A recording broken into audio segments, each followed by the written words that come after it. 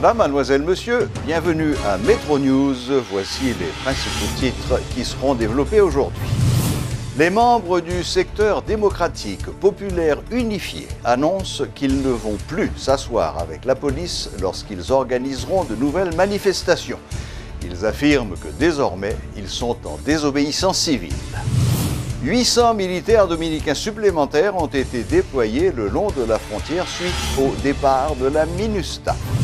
Les fournisseurs privés d'électricité seront impliqués dans le projet du président Jovenel Moïse d'électrification du pays 24 heures sur 24 en 24 mois. Metro News vous est apporté par Haytrack, l'esprit bâtisseur, et Inoto SA, concessionnaire des véhicules Toyota. L'huile mobile, c'est qualité et performance qui fait partie de toute activité qu'on entreprend chaque jour dans la vie. Dans le développement de la société, quel que soit le domaine ou évoluer, l'huile mobile toujours garantit bon fonctionnement moteur, tout appareil, à toute machine. Il ne peut jamais la guerre en route. Et il ses partenaires à 100%. L'huile mobile pour moteur, dirait plus longtemps. Chaque continent, chaque pays, chaque route est différente. Derrière chaque virage, une nouvelle aventure vous attend. Toutes les routes nécessitent une attention particulière. C'est pourquoi, achetez votre Toyota chez un distributeur officiel. Vous obtenez un véhicule fabriqué spécifiquement pour votre pays, un service après-vente spécialisé and genuine spare parts that will make your investment and vehicle perform to the maximum.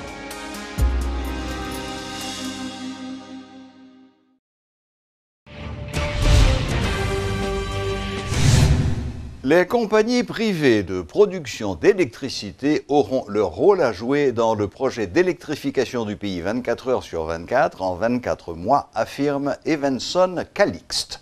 Le conseiller énergie du président estime par ailleurs qu'il n'est pas nécessaire de renégocier les contrats liant ces compagnies à l'État car plusieurs d'entre eux arriveront bientôt à échéance. Le décret 2016 et qui débrayent permettent quelle que soit la compagnie privée qui t'a intéressé dans toute chaîne de production, toute chaîne de valeur là, à savoir production, transport, distribution, commercialisation, est capable de venir tout. Donc, compagnie privée est extrêmement important pour nous parce qu'en fait, pour nous, si nous regardons l'aspect financier question, pour mobiliser les moyens de production, c'est clair que capitaux étrangers, que ce soit capitaux en Haïti ou capitaux à l'étranger, avec extrêmement investissement privé, sont qui fondamental.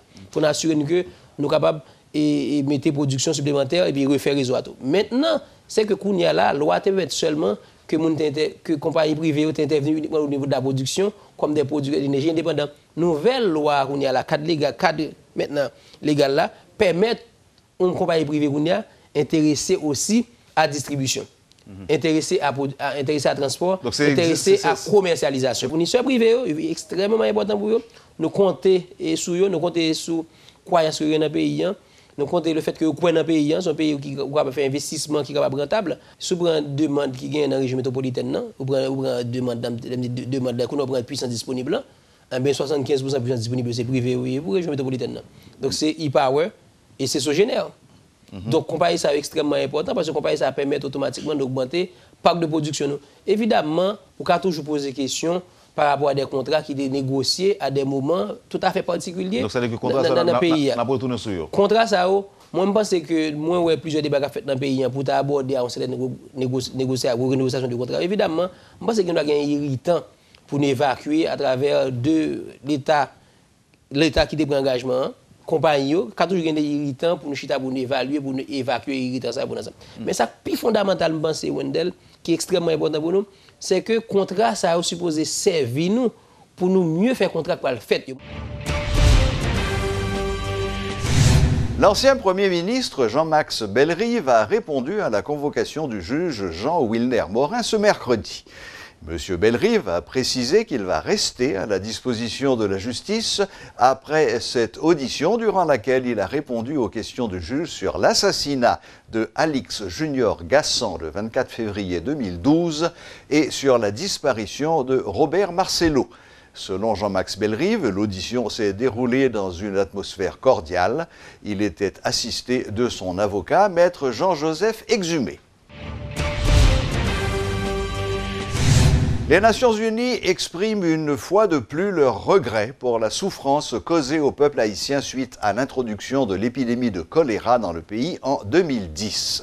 C'est ce qu'a fait savoir le représentant spécial adjoint du secrétaire général de l'ONU en Haïti en conférence de presse ce mardi 24 octobre à l'occasion de la Journée des Nations Unies.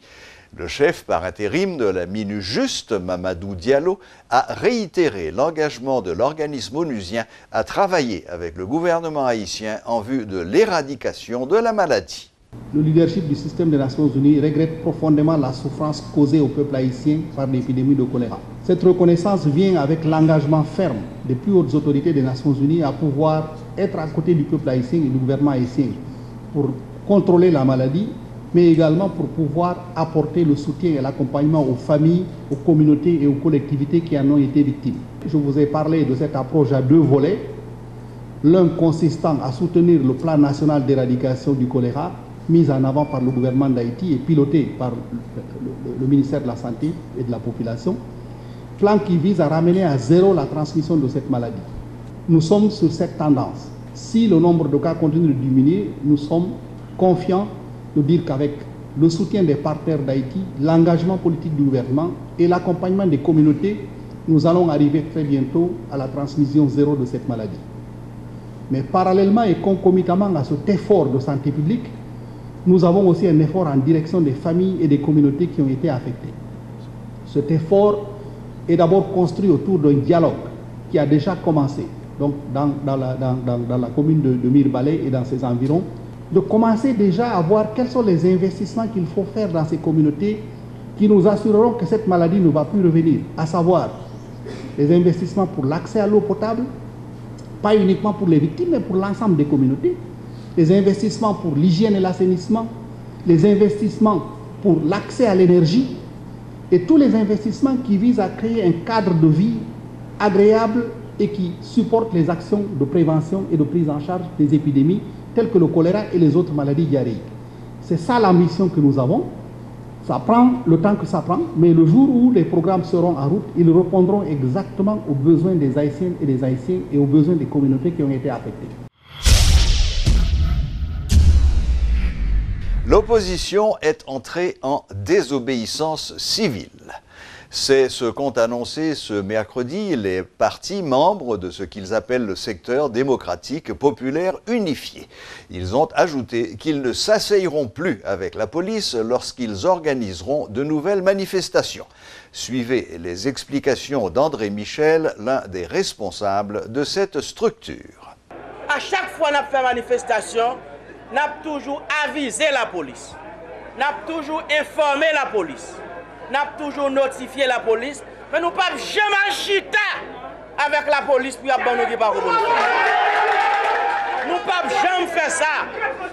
Parce que si nous avons fait ça, nous avons craché sous mémoire compatriotes nous qui étaient pris en prison, qui étaient morts, qui étaient maspinés dans la bataille contre la dictature du Valier. Nous ne pouvons jamais faire ça. Et que le ministre de la Justice, ministre intérieur, responsable de la police, ou pas jamais joindre nous, venir chita avec vous, pour c'est vous qui avez nous pas. Bagaille ça. Deuxième bagaille, mobilisation pour Jovenel Moïse qui était pouvoir, à continuer. Mobilisation ça pas camper dans route. Mobilisation pour nous éliminer le budget criminel 2017-2018 là. Mobilisation pour nous jouer une satisfaction dans la revendication peuple là, professeurs, ouvriers, greffiers, juges, moun dans quartier populaire, revendication ça yo pas camper dans route. Et c'est ça que fait jeudi 2 novembre nous allons faire manifestation, aller tourner sur route aéroport avec constitution nous dans nous qui donne droit pour nous manifester. Et manifestation ça, la gain 10 branches là-dedans. Et message là clair, je dis à Jovenel Moïse avec tout le gouvernement, là, pas d'autorité encore. Le pète d'autorité. Haïtiens pour Haïti dénonce le double jeu qui caractérise la politique haïtienne. Selon les responsables de cette structure, le grand perdant est la population. Ils ont critiqué l'incapacité de l'État haïtien à redynamiser l'économie haïtienne et formulé des propositions en vue de garantir un meilleur avenir pour le pays. Alors que le bras de fer entre le pouvoir en place et les membres de l'opposition prend de l'ampleur, le parti politique Haïtien pour Haïti se propose comme une alternative pour conduire le pays vers le développement. Ce parti dénonce dans le jeu politique une mise en scène qui ne fait que détruire Haïti depuis 3 décennies.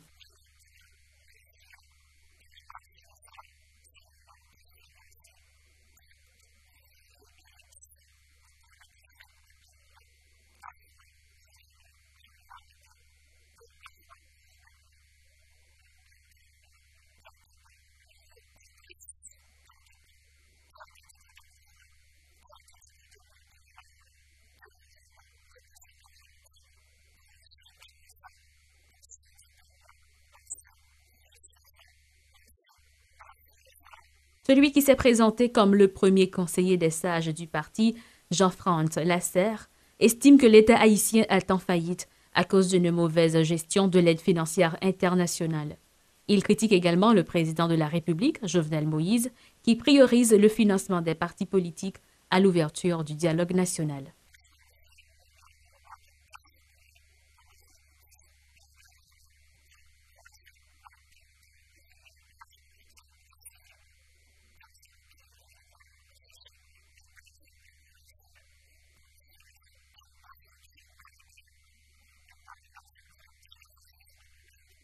En vue de changer ce tableau sombre dressé dans leur rapport d'observation, les membres d'Haïtiens pour Haïti formulent des propositions.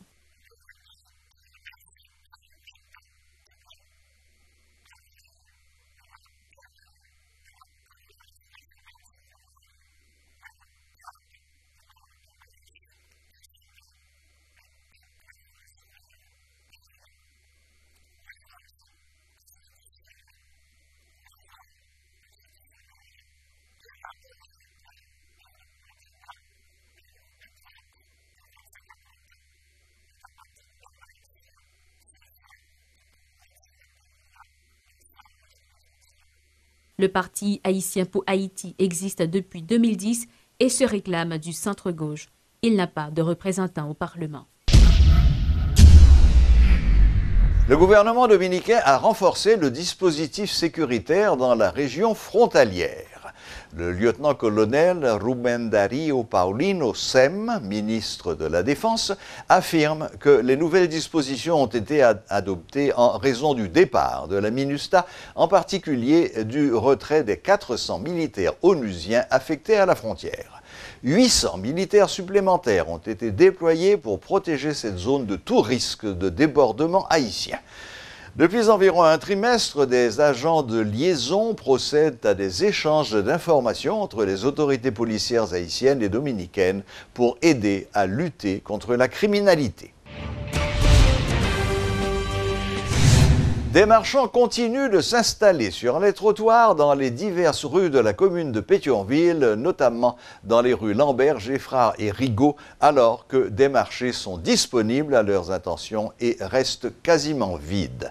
Interrogés par une équipe de Télémétropole, ces étalagistes affirment qu'aucun espace de vente n'est libre, tandis que la mairie de cette municipalité tente par tous les moyens de pallier ce problème. Suivez ce reportage de Rudolph Pierre-Louis et Delcy Dieulassant. Quelques mois après le lancement de l'opération Larry Blanche par la mairie de Pétionville pour libérer les trottoirs de cette commune, les marchands ont repris peu à peu le contrôle du bord des rues Lambert, Grégoire et Gauthier. Interrogés par Métropole, ces petits commerçants se plaignent de ne disposer d'aucun espace de vente facile d'accès. Si Dominique pas ba nous marché comme il dit il cette marché nous va qu'on une dans cette là. Depuis le pas ba nous marché nous fait carrette là.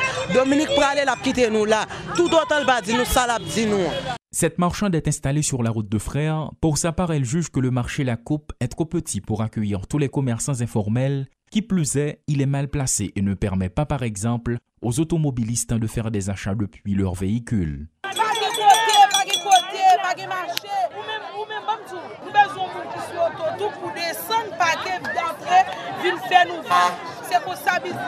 Certains affirment qu'il n'y a pas de marché, d'autres les jugent inconfortables ou inaccessibles aux clients. Par ailleurs, le maire de cette municipalité, Dominique Saint-Roch, dénonce un nouveau délégué de ville qui, selon lui, est à l'origine du retour des marchands dans les rues. Son délégué que aurait les Grégory Villepigi, pratiquement il y a 15 manifestations depuis le mois de mai, et c'est monsieur qui est pratiquement qui met machine dans la rue.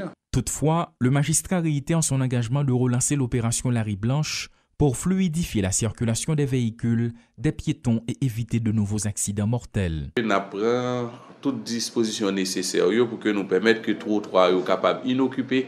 Décision nous claire et il n'est pas question que marché retourne dans la rue Pétionville encore. Selon l'article 391 du Code pénal, l'État a le droit de procéder à l'arrestation de tous ceux qui occupent les trottoirs de manière abusive.